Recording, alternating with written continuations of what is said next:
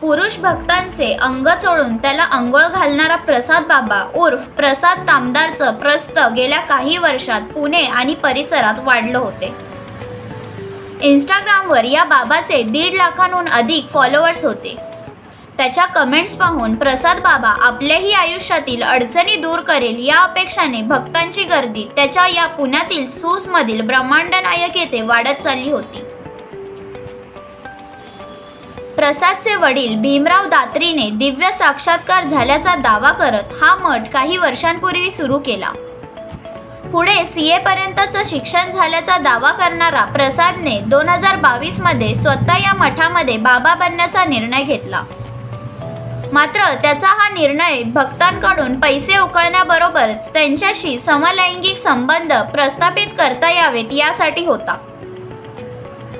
त्यासाठी प्रसाद बाबा त्याच्या मठात आलेल्या भक्तांचे मोबाईल फोन मागून घ्यायचा। ग्रहदोष असल्याने मोबाईलमध्ये कंपास ॲप डाउनलोड करावं लागेल असं कारण तो द्यायचा। मात्र ते ॲप डाउनलोड करताना तो एअर ड्राईड किड हे आणखी एक ॲप चोरून डाउनलोड करायचा। पालकांना आपल्या मुलांवर आणि त्यांच्या मोबाईल ॲक्टिव्हिटीवर नजर ठेवता यावी यासाठी एअर ड्राईड किड या ॲपची निर्मिती करण्यात आली आहे। या ॲपमुळे भक्तांच्या संपूर्ण मोबाईलचा ॲक्सेस प्रसाद बाबाला मिळायचा।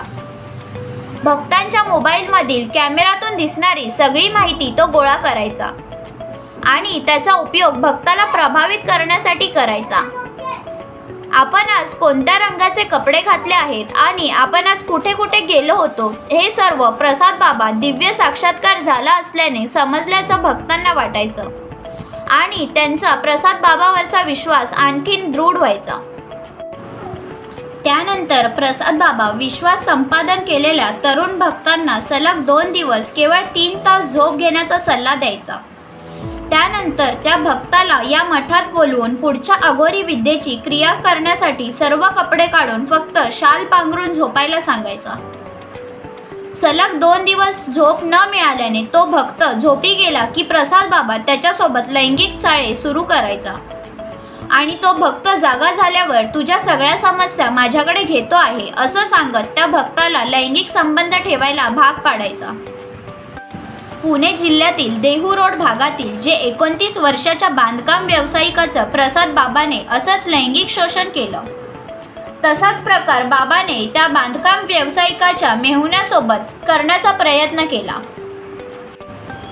एअर ड्रायर ॲपमुळे त्या मेहुण्याच्या मोबाईलमधील मेमरी फुल झाल्याचं नोटिफिकेशन आलं आणि बाबाचं बिंग फुटलं। त्यानंतर या बांधकाम व्यावसायिकाने आणि तिच्या मेहुण्याने पोलिसांकडे तक्रार दिली आणि पोलिसांनी प्रसाद बाबाला बेड्या ठोकल्या।